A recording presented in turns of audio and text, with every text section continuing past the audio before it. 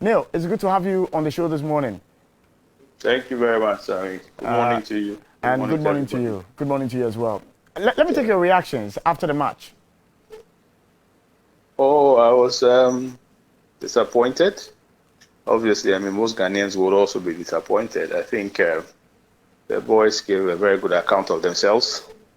I think some momentary lapses in focus might have contributed to especially the second and third goals.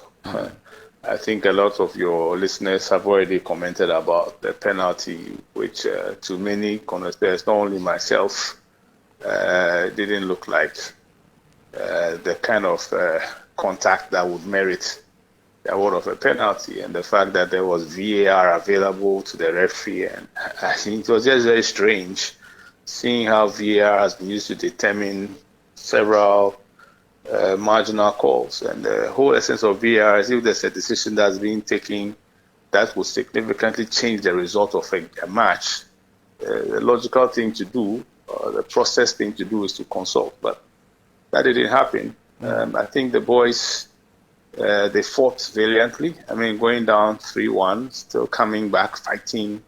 Naki Williams, very alert. It's just unfortunate that he slipped at that.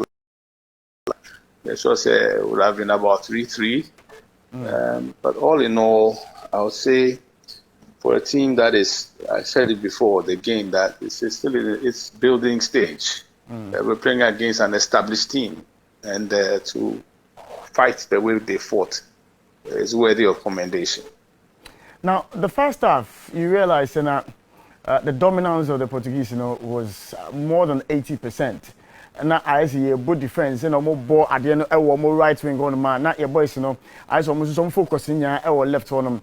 Would you consider that strategy a strategy we should consider going into other matches? Well, every opponent comes with their own, with its own strengths and weaknesses. And so I'm sure, say, by now the technical team, having finished with Portugal, will shift their attention to our next opponents. What are their strengths? What are their weaknesses? And they'll deploy a strategy that goes with whichever opponent we are going to face. The teams we are playing or the countries we are playing have different styles. Uruguay have their way. South Korea have their way, which is quite fast game.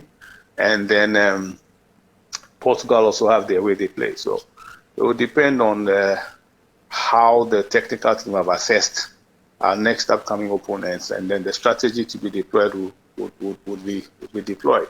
I don't think the same strategy would work for the different countries. Now, you mentioned the VAR and referees' refusal to consult. Is there an opportunity for us to protest the decisions taken yesterday? Well, we could lodge a protest and get the review panel to go through the footage, and they'll come up with a report.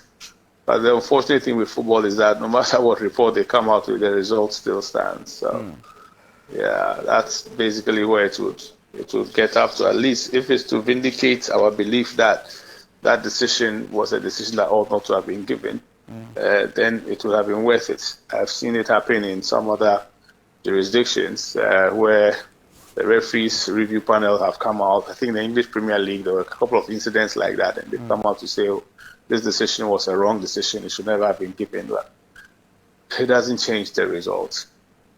Interesting. Moving forward, what are our chances now, seeing how yesterday went?